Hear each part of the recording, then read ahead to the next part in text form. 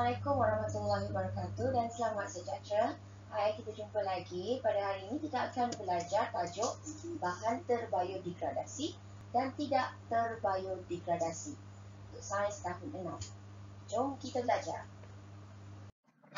Apa objektif kita pada hari ini? Okey, kita akan belajar dalam standard kandungan 9.1 dan standard pembelajaran 9.1.2 dan 9.1.3 di mana kita perlu pada akhir pembelajaran ini kita dapat menyatakan maksud bahan buangan terbiodegradasi dan tidak terbiodegradasi. Dan kita juga akan boleh dapat mengelaskan bahan buangan kepada bahan terbiodegradasi dan tidak terbiodegradasi. Okey. Kamu lihat ilustrasi ini. Okay, ini situasinya adalah pada tahun 1990. Okay, seorang budak, dia tertanya-tanya, dia kata, mana perginya kereta mainan saya? Dan kereta mainan dia rupanya berada di bawah tanah, di bawah timbunan sampah sarap ni. Okay, telah tertanam di dalam tanah. Okey, kemudian pada waktu sekarang setelah dia besar, mungkin dia nak menanam pokok ke apa, dia gali lubang and then dia terjumpa semula kereta mainan yang tertanam pada tahun 1990 dahulu. So dia pun lihat, tengok, dia kata, elok lagi kereta ini. Okay, dia tengok kereta ni masih lagi elok. Kenapa masih elok? Okay. Sedangkan ada benda-benda yang kalau kita tanam, kita tengok dia akan hancur kan. Inilah yang akan kita belajar pada hari ini. Bahan-bahan terbiodegradasi dan bahan-bahan tidak terbiodegradasi. Okey, cikgu akan terangkan dengan lebih lanjut tentang itu. Okey, sebelum tu kita tengok dahulu. Ini adalah tapak pelupusan sampah. Okey, kat dalam tapak pelupusan sampah ni biasanya adalah bahan-bahan seperti sisa-sisa makanan, semua bercampur aduk kan.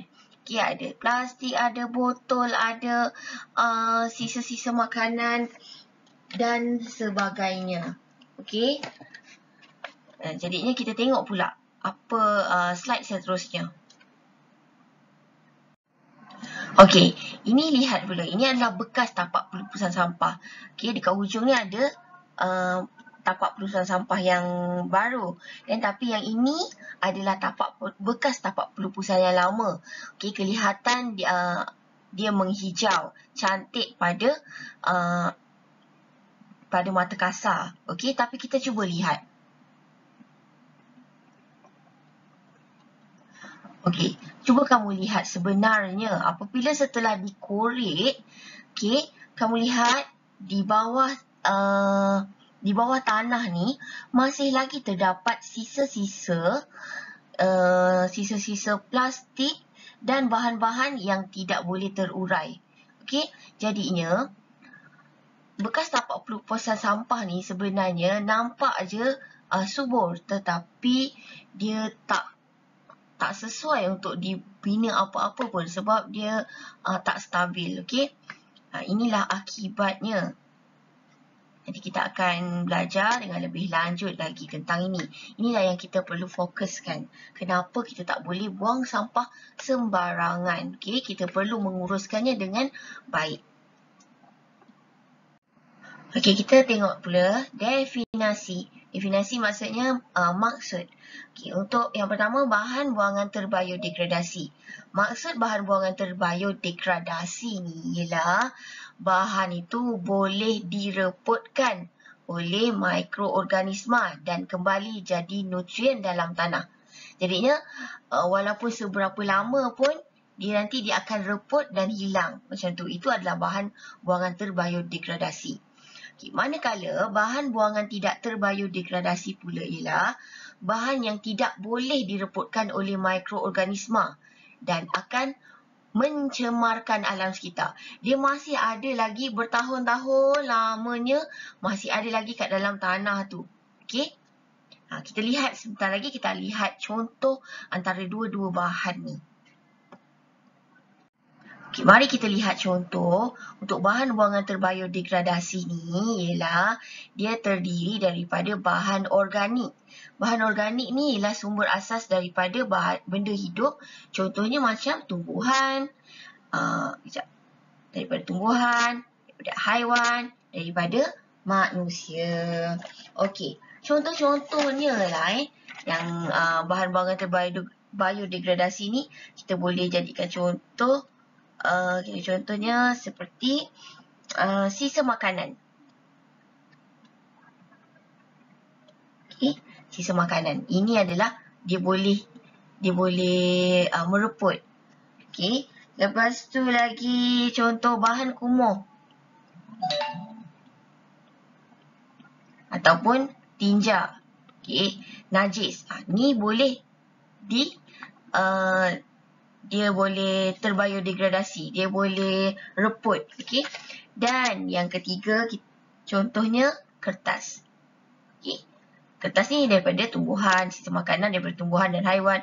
Bahan kumuh dan tinja ni daripada tumbuhan dan haiwan. Okay. Jadinya contoh-contoh yang ni semua boleh reput.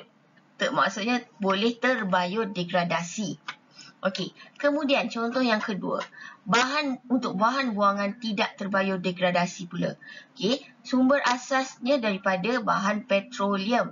Okey, contoh bahan petroleum yang biasanya yang kita gunakan ialah plastik. Okey. Kemudian logam dan batuan. Okey, batuan ni contohnya barang-barang yang ada batuan ni daripada macam kaca. Okay, botol kaca. Kaca ni dibuat daripada pasir tau. Okay, serta sisa toksik. Okay, itu bahan-bahan yang contoh-contoh yang cikgu cakap tadi ni adalah bahan buangan tidak terbiodegradasi. Okay, disukar untuk direputkan dan biasanya dia akan mencemarkan alam sekitar. Okey, tengok ni contoh. Ni dari cikgu extract daripada buku teks kamu.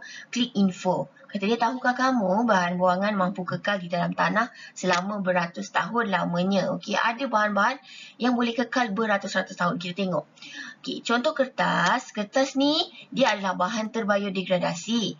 Jadinya dia berada dalam tanah lebih kurang dalam 2 hingga 3 minggu. Kemudian dia boleh reput. Dia dah reput, dia dah tak ada. Okay. Manakala kulit pisang pula 1 hingga 3 bulan. Sama juga dengan bahan-bahan sisa-sisa makanan yang lain. Lebih kurang 1 hingga 3 bulan. Okay. Berada dalam tanah kemudian reput. Kalau kita tengok lampit pakai buang ni 10 hingga 20 tahun baru dia mereput. Okay. Tin pula tengok 200 hingga 400 tahun baru dia mereput. Kita dah mati, dia masih belum reput lagi. Yang botol dan getah ni pula hingga 500 tahun. Kita memang dah mati dah. Kita pun dah jadi, bila mati pun kita dah jadi tanah dah. Tapi botol dan getah masih lagi kekal serupa macam tu. Cuba kamu bayangkan jika barang-barang ni, okay, kita tak dapat lupuskan dengan sebaik-baiknya. Semakin lama semakin banyak, apa akan terjadi pada bumi kita? Inilah yang kita kena fikirkan. Okay, kurangkan pakai lampin, pakai buang tin, botol dan getah ni. Ada caranya sebenarnya kita nak mengelakkan daripada menggunakan bahan-bahan seperti ini.